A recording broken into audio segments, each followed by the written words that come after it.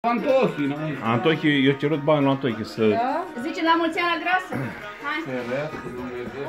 Mulți ani trăiască, mulți ani trăiască, la mulți ani!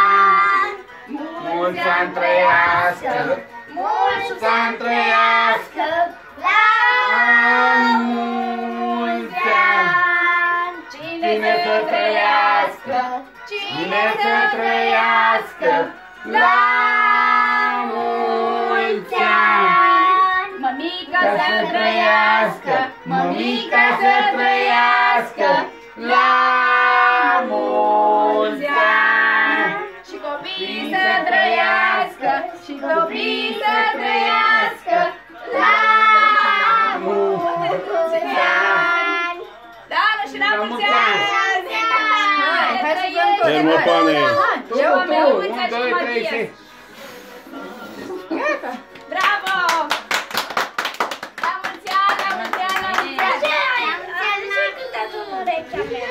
Cât ai ridicat sus? Da, nu trebuie să ridice sus. Mati și-o pus pe mami. Hai, sus, așa. Mi-a cam supărat-o azi. Și Florin trebuie să o pupe. Păi da, nu? Păi da.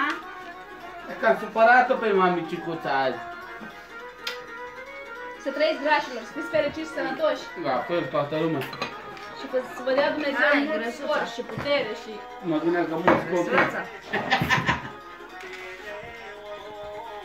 Ce bine arată. Nici măcar n-ai încercat cu celălalt de la mine. Totul, hai și tu la tort și te uită. Noi mâncăm tortulețul tău. De la tine, adică.